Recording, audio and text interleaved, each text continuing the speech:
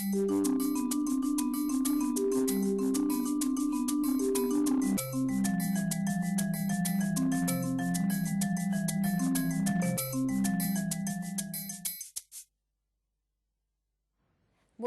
e come sempre ben ritrovati con Ore 13, siamo in diretta. Buon lunedì a tutti quanti, vi ricordo il numero telefonico per intervenire 049 49 06 054.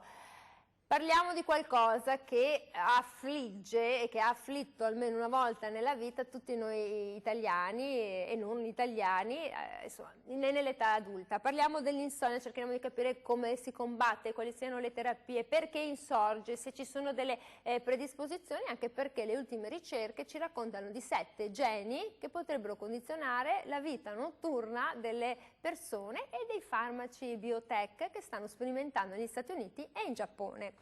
Abbiamo il piacere di avere con noi, gratitissimo ritorno, il dottor Michele Canile, neuropsicologo e psicoterapeuta. Benvenuto, dottore. Grazie, buongiorno. Siamo messi malissimo, dottore. In Italia ci sono 12 milioni di italiani che hanno l'insonnia perenne, che non è né quella passeggera né quella momentanea, e soprattutto questa insonnia sembra affliggere le donne, e quindi questo è sempre una cosa meno positiva per il gentil sesso, però qual è il problema? Che gli italiani quando hanno questa insonnia cominciano a provare di tutto e di più, erbe contro erbe, tisane, addirittura in una statistica il 13% dice che si fa un bicchierino di alcol perché così si rilassa e forse riesce a combatterla, ma il 46% delle persone non fa nulla, subisce e quindi poi ha delle giornate molto complicate. Intanto, che cosa è l'insonnia? Quando è che possiamo dire che una persona soffre davvero di insonnia? C'è un tempo, un quadro cronologico nel quale si dice inizia con 2, 3, 4 settimane di seguito, permane, perdura per un anno, per 6 mesi? Quando è che una persona è insonne? Diciamo che i criteri sono diversi per valutare l'insonnia.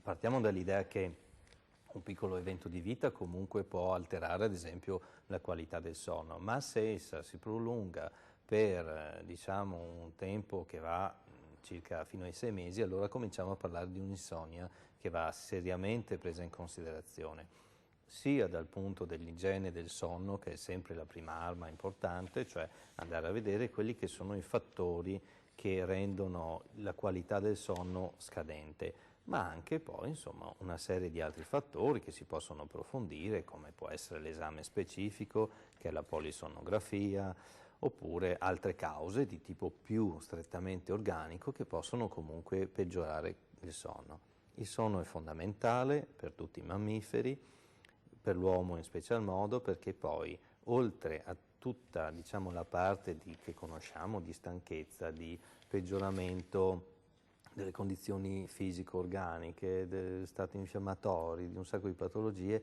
la qualità dei pensieri viene assolutamente influenzata.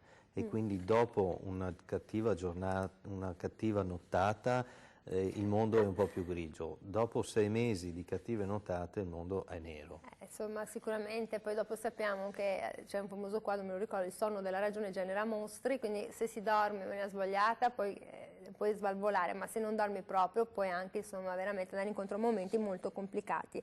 Allora, è molto importante una cosa: 6 persone su 10 hanno questo disagio notturno, cioè il fatto di non dormire perché il 37% sono stressate, il 38% soffre di ansia, il 22% di depressione, poi ci sono anche quelli che hanno la sindrome ad esempio delle gambe senza riposo, che non è una cosa da non sottovalutare perché è una situazione in aumento nella nostra società. Quindi le formule diciamo sono queste e lei le riscontra nella sua attività, cioè le persone che non dormono corrispondono più o meno a questa statistica. Assolutamente sì. In particolare è curiosa la sindrome delle gambe senza riposo, di cui si sa relativamente poco. È un po' misteriosa, però probabilmente ha a che fare con la qualità dei pensieri, cioè qualche episodio disturbante. Qualcun altro invece la riconduce a un disturbo meramente organico, muscolare, quindi a una percezione del sistema nervoso. Non siamo ancora d'accordo, ma questo perché? Come la vescica iperattiva, cioè in alcuni momenti della vita può scomparire, apparire, cioè sono situazioni dovute anche magari all'essere di quel momento, alle situazioni che uno deve affrontare. Assolutamente, questo sì, però teniamo sempre in considerazione questo, cioè l'essere umano, noi per praticità lo dividiamo in mente e corpo, ma funziona tutto insieme. Anche dal punto di vista neuropsicologico, i muscoli non sono sconnessi alla mente, i pensieri al sonno e via dicendo. Allora, voi che siete a casa, 049 49 06 054, come dormite? Dormite male? Prendete pastiglie? Avete mai curato la vostra insonnia? Volete fare delle domande al nostro dottore? Vi ricordo, siamo con il dottor Michele Canile, neuropsicologo e psicoterapeuta. Quindi abbiamo capito, insomma, che le motivazioni per le quali non si dorme sono tante. Allora, nelle varie definizioni delle persone che non cadono tra le braccia di Morfeo e si rilassano e non devono contare le pecorelle, cioè proprio contano greggi interi, c'è l'insonnia psicofisiologica, l'insonnia da disturbi psichiatrici, l'insonnia da farmaci, alcol, droga, l'insonnia da disturbi respiratori indotti dal sonno stesso come le apnee, cioè chi pensa di dormire bene in realtà non sta dormendo bene. E poi l'insonnia, appunto abbiamo detto, delle gambe senza riposo, l'insonnia causata da ambienti sfavorevoli, perché poi ci sono quelle persone poverette che magari abitano vicino ad una ferrovia, vicino ad un'autostrada, e anche quello conta. E la persona che è pseudo insonnia, cioè perché fa brevi momenti di addormentamento, cioè molto complicato. Come fa lei a definire che tipo di insonnia può avere una persona? Partendo innanzitutto dalle abitudini del sonno, quindi cercando di vedere quali sono i fattori su cui si può immediatamente lavorare. Ad esempio, un buon consiglio è sempre quello di dormire a cavallo dei giorni, cioè andare a dormire alle ipotesi 22:30 di oggi e svegliarsi domani. Chi tende a dormire su un turno unico, cioè su una giornata unica, all'1 fino alle 7, questo già crea un disturbo. Poi altri fattori che sono a corollario, ma ad esempio l'abitudine di leggere o guardare strumenti tecnologici fino a tardi. Quindi gli schermi brillanti sono problematici. Difficoltà nella vista, ma anche attivazione dal punto di vista di alcuni circuiti del pensiero che possono essere banalmente anche la curiosità di ricercare delle informazioni in internet, quindi moderare quello. Andare a vedere assolutamente tutti i fattori poi digestivi, perché anche quelli tendono ad innalzare i livelli che dovrebbero essere bassi nella prima fase del sonno, cioè la profondità del sonno, e ovviamente l'ambiente, quindi temperatura, umidità, abbigliamento, comodità. Allora, il marito che non russa, una moglie che non russa, perché anche quello ti rende una vita infernale, quindi eventualità anche questo non è da sottovalutare. Senta, nelle varie situazioni in cui appunto si parla di insonnia si consiglia sempre alle persone di non osservare tecnicamente schermi brillanti dopo le 18, perché verso quell'ora c'è il massimo picco di produzione della serotonina, della melatonina, cioè di tutte quelle sostanze che ci aiutano ad addormentarsi. Dovrebbe essere una buona regola per noi che siamo schermodipendenti. Assolutamente sì, ma rendiamola anche più elastica, arriviamo anche alle 20, però diciamo che proprio mettersi davanti a uno schermo brillante con l'attivazione neurofisiologica del ricercare magari alcune informazioni o guardare un film e quindi far lavorare anche il proprio sistema emozionale, sarebbe un po' sconsigliato, soprattutto a chi soffre di insonnia. Chi non ne soffre, io dico, insomma, se male non fa ed è dimostrato, c'è anche chi si addormenta davanti alla TV, ad esempio, sì. Chi si addormenta col telecomando e magari ha dei risvegli. E una cosa importante magari che non si dice, ci possono essere anche dei farmaci che possono provocare l'insonnia, magari perché chi prende un mix di farmaci diversi può andare incontro anche a questo. Può esserci questo, ad esempio ci sono dei farmaci attivanti che però ovviamente bisogna discuterne col proprio medico in modo da regolare e arrivare a una taratura corretta. Questo è sicuramente un argomento vasto perché ci sono delle patologie che richiedono un certo uso farmacologico e quindi va come dire, sintonizzato sulla persona, come un abito su misura. Allora, per chi è a casa, 049 49 06 054, soffrite di insonnia, volete delle spiegazioni, c'è il dottor Michele Canile, neuropsicologo e psicoterapeuta, che vi può dare delle indicazioni. Allora, è chiaro che noi durante il nostro periodo di sonno andiamo a rielaborare anche le emozioni che abbiamo vissute, ed è interessante notare come una componente che corrisponde circa al 75% degli insonni ha una componente di stress, di ansia e di depressione. Prendo la telefonata e poi andiamo avanti. Pronto, buongiorno, buon lunedì. Sì, buongiorno. Prego. Volevo chiederle, siccome ho sentito dire che quando si prende dei sonniferi può influenzare sulla memoria, è vero questo? Ma li prende lei, signora, o è preoccupata? Ma io li prendo qualche volta, ma molto poco, ma siccome ho una mia cognata che li prende spesso e volevo sapere se era vero questo che ho sentito dire, perché una mia amica ha detto che il suo medico ha detto no, guardi, non glieli ordino dei sonniferi proprio perché può influenzare sulla memoria. Allora, faccio dare una risposta, signora, grazie per questo quesito. 049 49 06 054. Non dormire già influisce sulla memoria, cioè sei proprio distrutto il giorno dopo, ma ci sono questi sonniferi che ritontiscono, ti fanno vivere una vita ovattata al mattino e ti rendi conto di essere in vita al mezzogiorno? Insomma, dipende sempre dalla qualità della molecola che si sta assumendo, ma facciamo un esempio comune: le benzodiazepine sono dei farmaci di largo impiego, però talvolta appunto o su soggetti sensibili oppure su certi dosaggi vanno a interferire un pochino con la memoria, però tranquillizzandoci anche che l'interferenza è dovuta più che altro ad un richiamo. È difficile che ci sia una mancata registrazione da parte della persona. Quindi insomma vanno chiaramente ad allentare alcuni processi fisiologici, quindi può essere uno degli effetti. Quindi insomma il medico di base si preoccupa e dice facciamo attenzione a non abusare di nulla perché possiamo avere delle conseguenze in un prossimo futuro. Chiaramente è sempre dosaggio dipendente, quindi come dire la pastiglia che per molti è utile almeno per la fase di addormentamento, quindi la prima fase, insomma generalmente non ha, però bisogna sempre vedere il caso specifico. Sì, perché poi ognuno reagisce, non c'è la farmacogenetica ancora, quindi non c'è il farmaco su misura per ognuno di noi.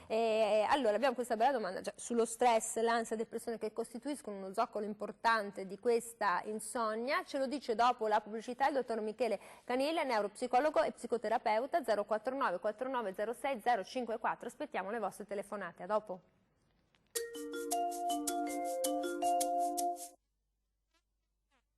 Più bella.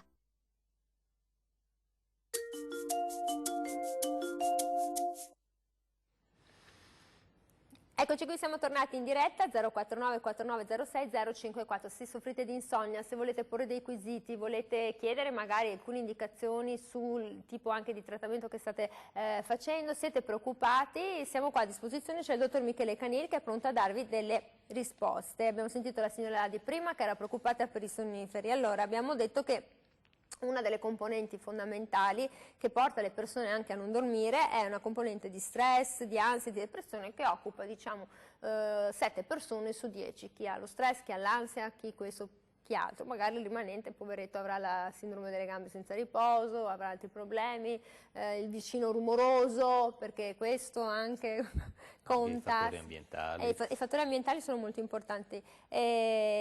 Stress, ansia e depressione, cioè provocano questo sconquasso da non farti dormire? Sì, molto, non solo come diagnosi singole, ma spesso anche abbinate, cioè si dice in comorbilità una con l'altra, per cui troviamo dei quadri un po' misti in cui ci sono degli aspetti d'ansia che ovviamente attivano il sistema nervoso o attivano ad esempio anche, per dire, altre patologie come diciamo, può succedere a dei ragazzi in età di adolescenza. E la depressione senza dubbio va a influire, dimostrato scientificamente, e lo stress molto. Perché lo stress molto? Perché l'attivazione di cortisolo da parte del sistema nervoso centrale va a influire su quello che poi sono diciamo, gli stati di sonno-veglia.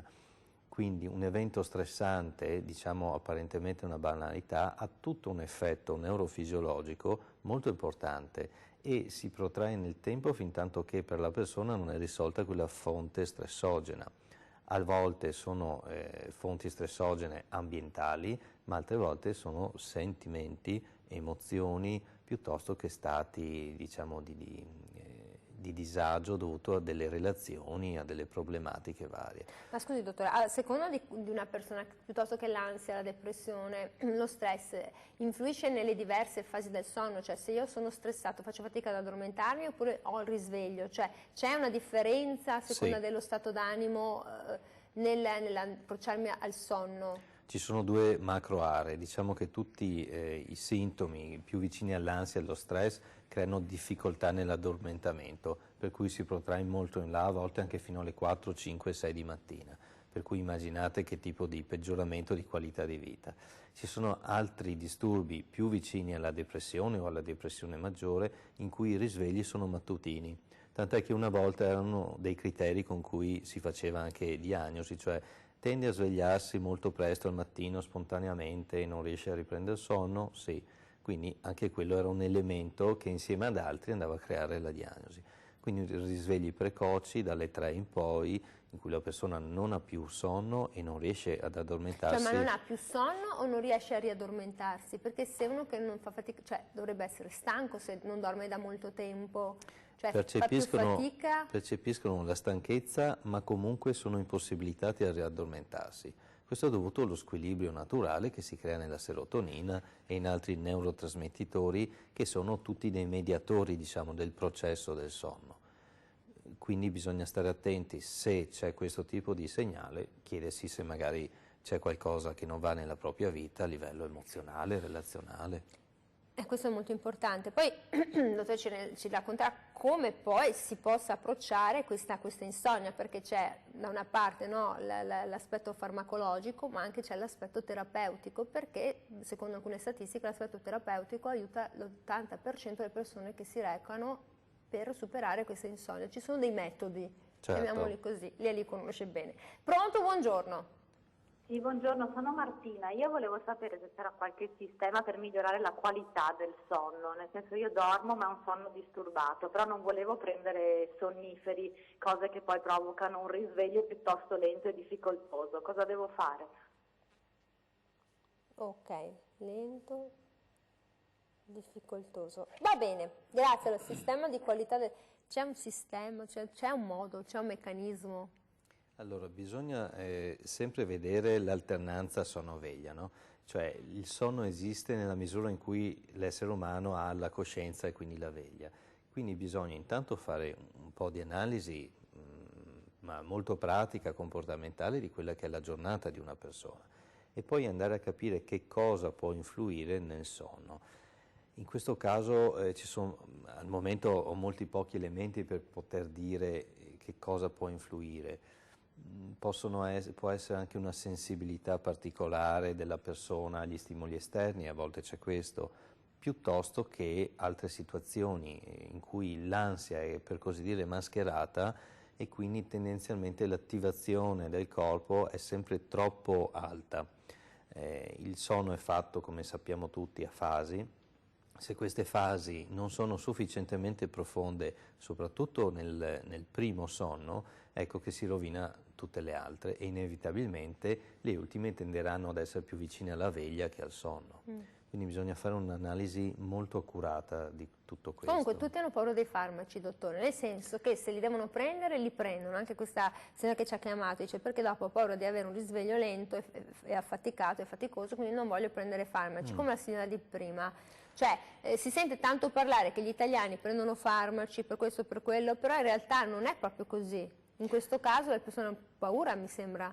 Allora bisogna capire, perché ci sono anche dei farmaci che agiscono per qualche oretta, quindi aiutano ad entrare nelle prime fasi, ma poi vengono smaltiti, ovviamente ci sono svariati modi.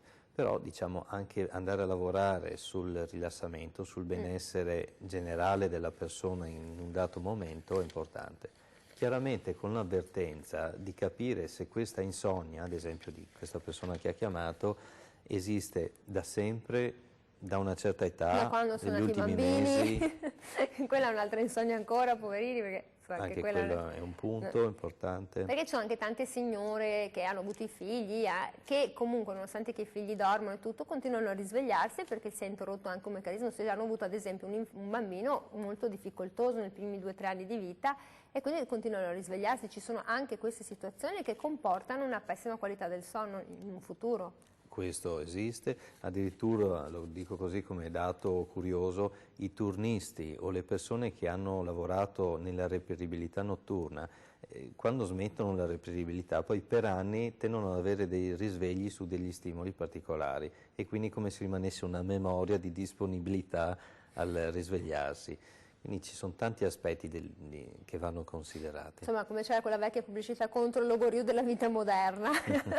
Ecco, 049 4906 054, soffrite di insonnia, volete porre delle domande, dei quesiti, cercate delle soluzioni, siamo qua a disposizione col dottor Michele Canil, neuropsicologo e psicoterapeuta. Allora, lasciamo da parte i farmaci per un momento, ci sono varie tecniche che sono state messe a punto per poter dormire, cioè c'è l'educazione, l'igiene del sonno, la restrizione del sonno, il controllo dello stimolo, la riduzione cognitiva e tecniche di rilassamento.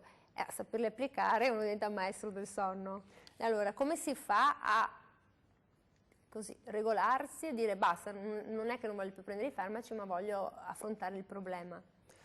Allora, se una persona riesce in autonomia è la cosa assolutamente migliore. Io metterei in prima posizione tutte le tecniche di rilassamento, perché fondamentalmente hanno una loro efficacia, non hanno dei costi se non il tempo investito e sono assolutamente senza controindicazioni. Quindi andare a lavorare attraverso delle tecniche, ma che può essere dallo yoga al rilassamento di Jacobson o qualsiasi altra cosa sia utile alla persona, ne esistono veramente a centinaia se non di più, questo produce già un effetto benefico dal punto di vista dell'igiene, del rilassamento fisiologico che è necessario alla preparazione e inoltre, perché no, una persona impara una tecnica che può essere utile sia come diciamo abitudine personale anche in altri momenti. Teniamo conto che il cervello lavora a delle diverse frequenze secondo le fasi, quindi è importante arrivare alla giusta frequenza che è espressa proprio in Hertz attraverso l'elettroencefalogramma e diciamo, queste tecniche permettono spesso di avvicinare la frequenza cerebrale a quella giusta, idonea per il sonno, quindi accompagnano da un punto di vista molto concreto. C'è una specie di diapason che sintonizzi lo strumento nostro che è il cervello che non si vuole spegnere. Esatto, e quindi via via con questa tecnica lo avviciniamo noi fisiologicamente alla giusta frequenza. Avete capito? 049 4906 054, se siete a casa, volete delle domande, soffrite di insonnia, siete stufi di contare le pecorelle, volete abbandonarvi tra le braccia di Morfeo, siamo qua a disposizione. Andiamo in pubblicità e poi torniamo. A dopo.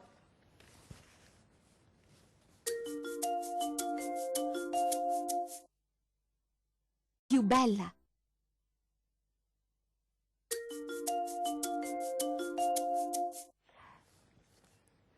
Eccoci qui, siamo tornati in diretta 049 4906 054. Non dormite, soffrite di insonnia, non riuscite a trovare pace, se volete qualche risposta c'è il dottor Michele Canil, neuropsicologo e psicoterapeuta. Abbiamo detto delle diverse qualità del sonno, dell'insonnia, abbiamo sentito che ce ne sono di varie forme causate da stadi emotivi ma anche dall'ambiente esterno che conta molto. Allora mi diceva dottore durante la pubblicità che c'è anche un'altra tipologia di insonnia.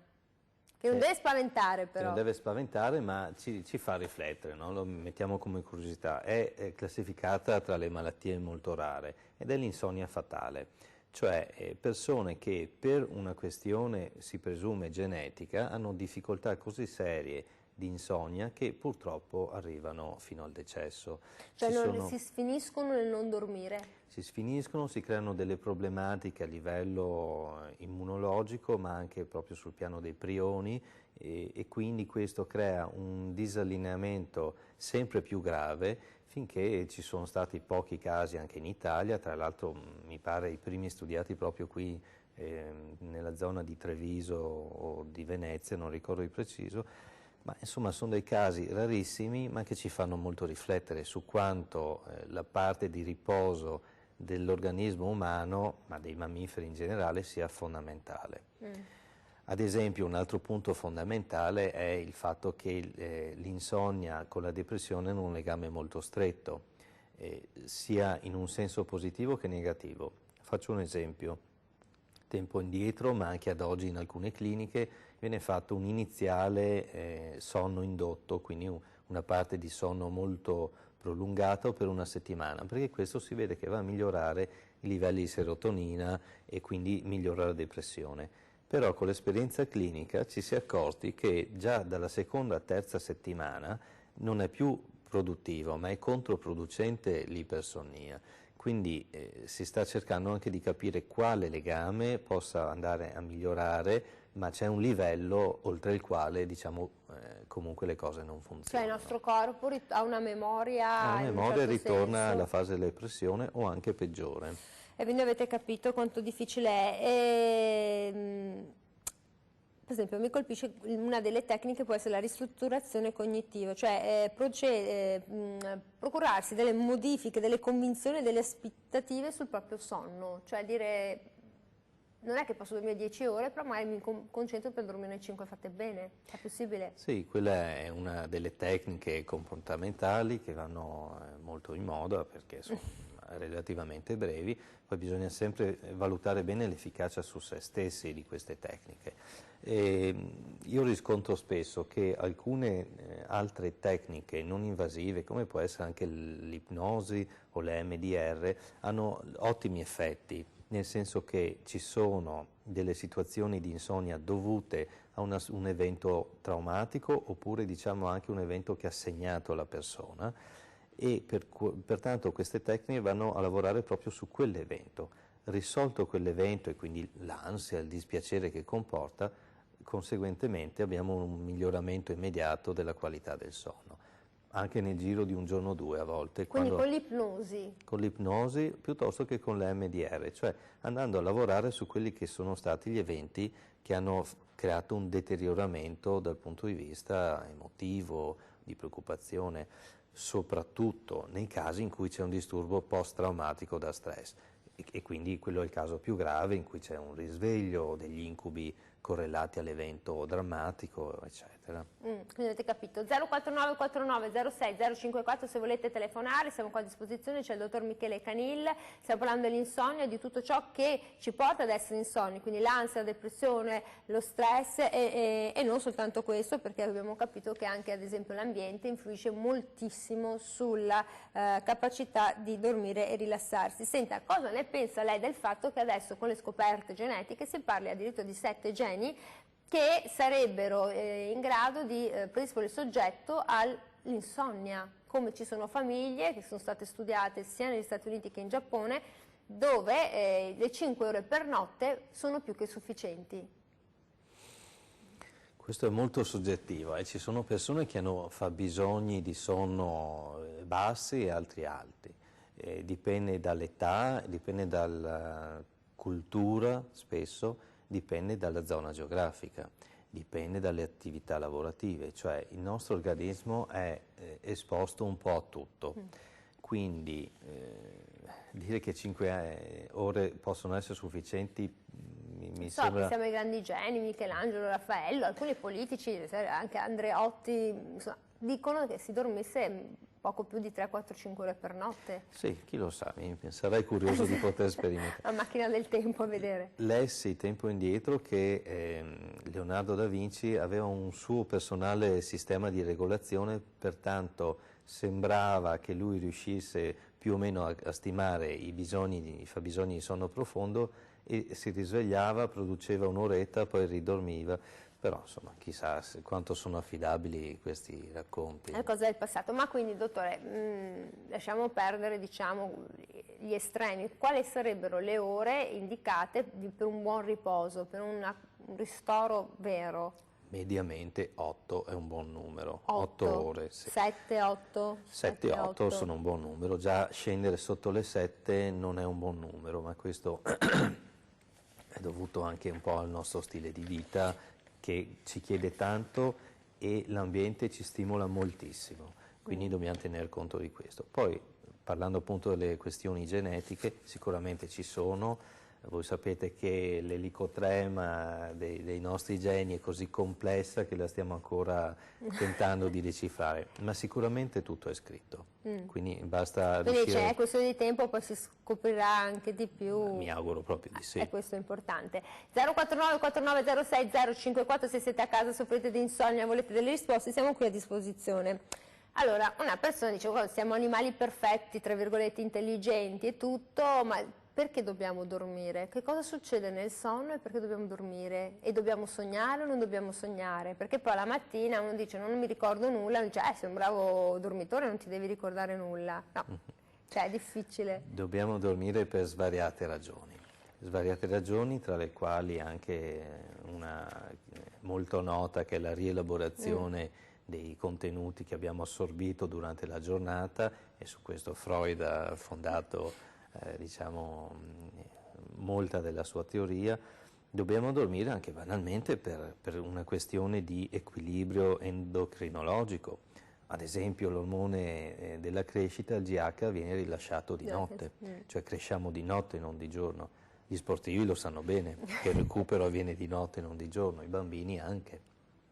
I bambini non lo sanno, ma anche i bambini hanno... Ci metto a letto mio figlio che è più piccolo e il giorno dopo me lo trovo super sviluppato. Ma paradossalmente diciamo, così, potrebbe essere così, a livello molto molto infinitesimale. Certo. E poi insomma la rigenerazione cellulare, una serie di altre, diciamo, di altri equilibri che avviene magicamente di notte. Quindi il riposo è fondamentale perché dà uno spazio di ritiro alla coscienza che viene messa da parte, almeno diciamo così sembra, e invece il corpo lavora e ricrea i propri equilibri e si rigenera. Ma perché dobbiamo, cioè si sogna, non si sogna, cioè sempre si sogna, ma alle volte si ricorda, alle volte non si ricorda, questo è importante per dormire. Questo è importante nella misura in cui il sogno diciamo, diventa un percorso, una sorta di film che ci può far piacere, che ci incuriosisce. In altri casi, come può essere il pavor nocturnus nei bambini o anche negli adulti, alcuni incubi ci fanno svegliare perché il contenuto è drammatico o preoccupante. E uno dice meglio che andiamo a vedere la fine, cioè tipo l'uomo che ti insegue col coltello, Ecco, cioè ti risvegli perché non mi è mai capitato, non lo voglio sapere. Ci sono questi sogni ricorrenti che chiunque di noi fa, Certo, come no, li abbiamo avuti riguardano tutti. sempre un po' la fuga, la paura. Certo. Essere inseguiti, il famoso logorio di prima ti insegue. È molto interessante anche una teoria della pulizia per smaltire tramite il sistema linfatico, come diceva prima, le tossine, specialmente il beta-amiloide, che è una neurotossina tossica responsabile anche dell'Alzheimer. Pensate quante funzioni fa il nostro corpo quando noi non ce ne accorgiamo, siamo incoscienti, ma ci sono tante cose. Telefonata, pronto, buongiorno. Buongiorno, buon lunedì. Io chiamavo perché io più che insonnia soffro di problemi di respirazione, russo molto di notte e ho anche apnea notturne. C'è qualcosa che posso fare? Ma e questo lo sa perché glielo dice chi dorme con lei o perché si sveglia? Sì.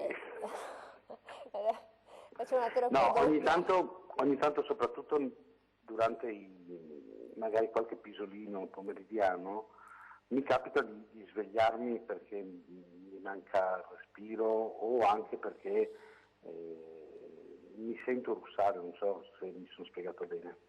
Sì. Quanti anni ha, scusi per curiosità? Circa 40. Giovane. Allora, grazie per aver chiamato. Allora, questo è un problema anche molto importante, no? Perché incide sul funzionamento anche cardiovascolare, il russare. Assolutamente sì. Cosa deve fare questo signore? Beh, insomma, intanto direi di fare un'indagine medica di tutta la questione. A volte può essere anche un discorso digestivo, quindi sentire il gastroenterologo, piuttosto che a volte qualche chiletto di troppo che va a comprimere la pancia, piuttosto che altre questioni legate a, diciamo, la respirazione. Turbinati che magari sono da fare. Nasale, insomma, bisogna fare un'indagine otorinolaringoiatra.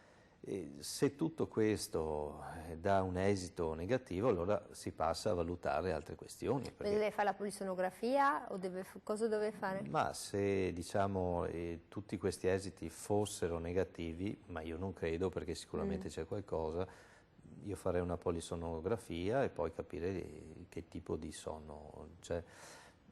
Che è giovane, quindi deve andare dall'otorinolaringoiatra, Sì. poi magari da un gastroenterologo. Ma insomma, il medico di base sicuramente con una prima visita già sa indirizzare un pochino, ad esempio se è risaputo che c'è un problema nasale, già questo è un elemento Non tende a importante. respirare. Però è importante controllarsi, specialmente negli uomini, perché questi tipi di apnea sono pericolose. Sì, diciamo da una certa età in su potrebbero creare un affaticamento anche cardiovascolare, quindi è bene prenderli in tempo. E poi, caro telespettatore, per una felice vita coniugale vada subito dal medico di base, perché poi la moglie, se non chiede il divorzio, perché deve dormire pure lei, poverina, oppure c'è la teoria anche delle stanze separate, giusto? Che ognuno deve dormire per conto suo.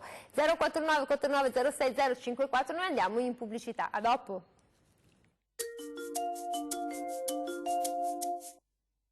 Più bella.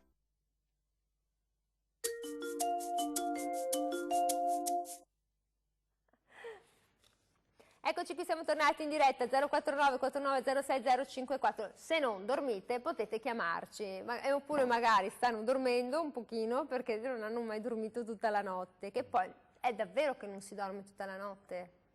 Cioè, No, questo è un po' un falso mito, nel senso che anche quando, come dire, si fa una registrazione della qualità del sonno, quindi in clinica, controllati per tutta la notte, in realtà non è che non si dorma tutta la notte, quello sarebbe gravissimo, quello si porterebbe a esiti troppo importanti.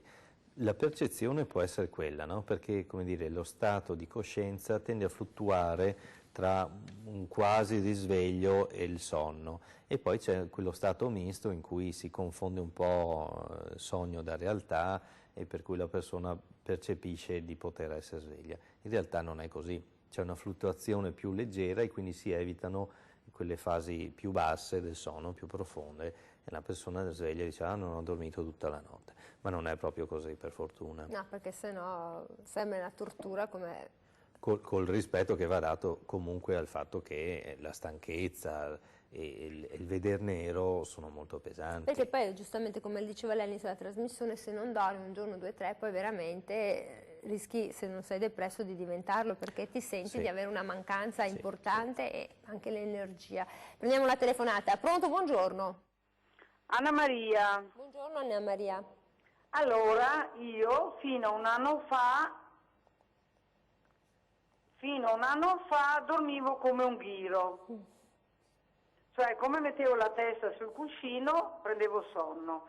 Adesso un anno a questa parte che io non dormo, cioè mi metto in testa tanto cosa vado a fare a letto che non dormo, e allora soffro anch'io un po' di insonnia, ma vuol dire per l'età? Pensavo, e tutti mi dicevano, vedrai che dopo non dormi, perché le mie amiche sono un po' più anzianette e non dormono di notte. Io dicevo, beata te che dormi, beata te che dormi. Ma quanti anni ha, signora?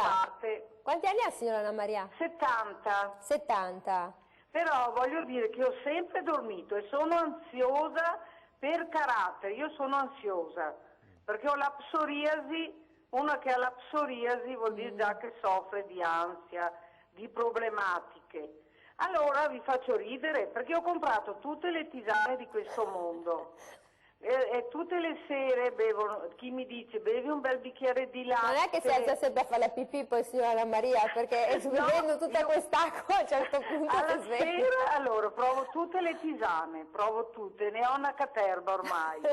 Però non fanno niente. Però la pipì. Il bicchiere di latte, voglio dire che è quello che mi fa dormire, il bicchiere di latte bollente prima di andare a letto, quello mi rilassa. Vabbè. Esatto. Delle volte dormo 2 ore, dopo mi alzo, prendo le gocce, ma dopo non vorrei abituarmi alle gocce, e allora mi giro, mi rigiro, mi giro.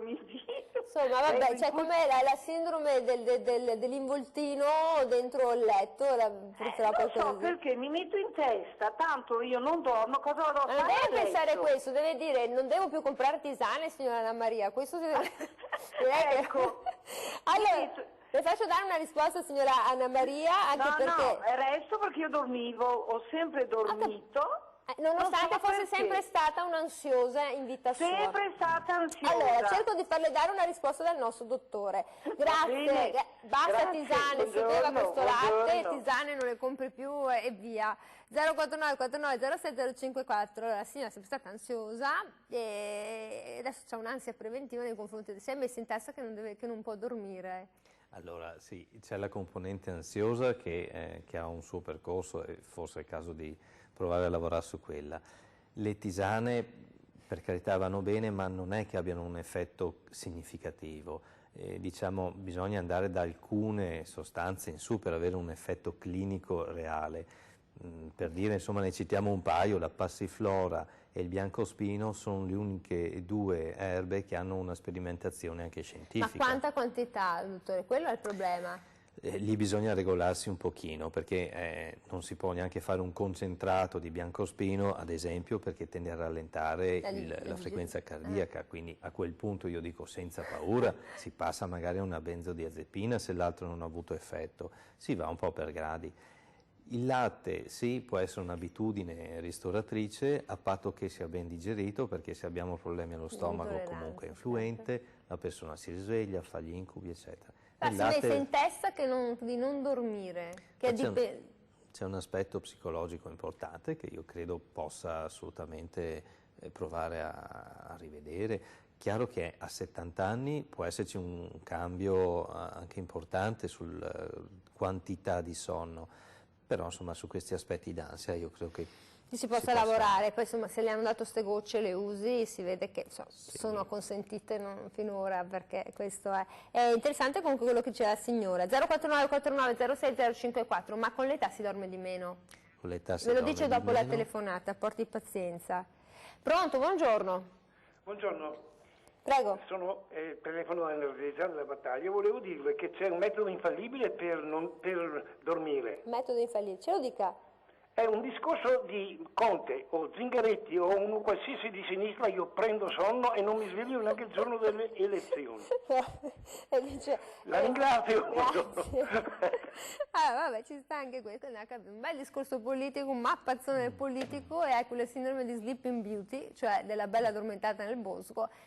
Guarda, a un certo punto tutti i discorsi, secondo me, gli italiani che si addormentano davanti alla TV ci sono.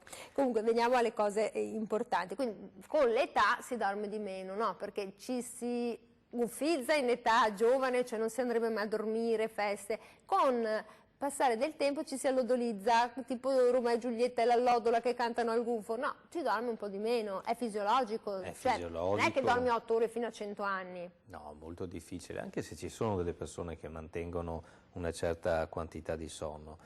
È fisiologico che cambia il metabolismo e anche la quantità di sonno. Rispetto a quello che diceva il signore prima, proviamo a cogliere l'aspetto clinico importante, perché in realtà tutte le cose ripetitive, un po' diciamo che hanno una loro prassi che è sempre uguale, tendono a portarci all'addormentamento. Cioè soppiscono? Soppiscono, sì. Dovremmo essere un paese di 60 milioni di abitanti assopiti dalla nascita della Repubblica quasi, prima, seconda, terza. Questo non so dire, ma ad esempio i rituali nei bambini creano un'ottima fase di addormentamento. Quindi anche per gli adulti, quando magari c'è un po' di difficoltà nell'addormentarsi, magari crearsi un rituale, una routine. Sì. Cioè tipo, non so, il bagno a quell'ora, la tisana della signora Anna Maria a quell'altra ora, cioè creare un rituale per addormentarsi. Appunto, per far rallentare il metabolismo e aiutare... Cioè capire che è ora di dormire. Esatto. E questo diventa molto importante. 049 49 06 054, accettiamo anche consigli, perché oggi vi vedo anche brillanti in questo e in questa direzione. Quando si dorme ci sono delle varie fasi, ma la fase più importante è la fase REM, nella quale gli occhi si muovono molto velocemente. È una fase molto importante quella, ed è quella dove succede il patatrac. Quella è una fase importante soprattutto per la rielaborazione. Il cervello è molto attivo, sempre diciamo non a livello di veglia ma di sonno, e dopo si alternano queste fasi, infatti nell'ipnogramma si vede chiaramente in modo sempre inferiore fino ad arrivare al risveglio mattutino. Quella è una fase importante perché, come dire, c'è un lavoro tra i due emisferi della corteccia e probabilmente la produzione di sogni è anche più vivida, che talvolta può andare a pescare dei dati di realtà o delle costruzioni che una persona fa in questi sogni, che possono avere dei componenti che spaventano, quindi degli incubi, e quella fase potrebbe essere più a rischio sugli incubi di interrompere il sonno. Quindi dice al risveglio, oppure hai la fortuna che il tuo cervello ti fa cambiare sogno, ti ritrovi in un altro mondo. Ad esempio chiaramente il mondo dei sogni è difficile da esplorare, ci sono molti misteri, per qualcuno è semplicemente una simpatica favola, per altri, come insomma, ad esempio i divinatori per alcuni, divinatori, anticipatori, chi lo sa. Chi lo sa, non lo sappiamo mai, ma è bene non sognare o sognare, dottore? Perché si sente dire il buon dormitore, quello che dorme bene non deve ricordare. Perché non ti devi ricordare? Ma questo non è assolutamente detto, tant'è che nell'esperienza comune un bel sogno che ha gratificato, che è piaciuto, fa risvegliare anche meglio. Quindi perché no? Questo diventa importante. Allora, per capirci, 049 49 06 054 se non dormite, se volete porre delle domande siamo a disposizione, cioè per capirci bene, quindi sarebbe il caso di intraprendere un percorso di routine per far capire a noi stessi che stiamo andando a dormire, cioè dare un'igiene del sonno. Sì, una routine che ci permetta di entrare proprio nella fase più lenta, sia organica che anche proprio di pensieri. Chiaramente il rapporto luce e buio è importante, un ambiente confortevole, un'aria con la giusta umidità, non troppo caldo. Altro dato importante è avere a fianco, per chi non dorme da solo, una persona che abbia comunque una buona abitudine di sonno, e non di meno si sta dibattendo molto negli ultimi anni anche il proteggersi da alcuni campi elettromagnetici, come può essere l'uso del cellulare. Quindi vanno spenti e allontanati. Spenti, almeno 3 metri di distanza, come buona prassi, perché le ricerche hanno dimostrato che l'esposizione per tutta la notte va a creare dei disturbi. Quindi anche tutte quelle macchinette che ci fanno il wifi in casa devono essere lontane? Quelle macchinette, ma per dire anche apparecchi elettrici attivi vicino a noi, che ne so, chi si addormenta con la televisione vicina e che va tutta la notte, anche quello può essere un elemento che disturba. Ma soprattutto andare alla radice, se uno soffre di ansia, di depressione, di attacchi di panico, di fare una terapia, perché già questo può portare a dormire meglio. Molto, e questo spesso io vedo è la parte più importante di insonnia. Allora, abbiamo capito, il tempo a nostra disposizione è terminato. Io ringrazio tutti coloro che hanno chiamato, ringrazio il dottor Michele Canini, neuropsicologo e psicoterapeuta, quindi riposatevi, spendete meno soldi in tisane e trovate soluzioni più efficaci. Un po' di passiflora, un po' di biancospino, ma in giuste quantità, avete sentito? Forse il è meglio. Il vostro erborista vi consiglierà. Vi consiglia. Grazie, ore 13, torna domani, arrivederci.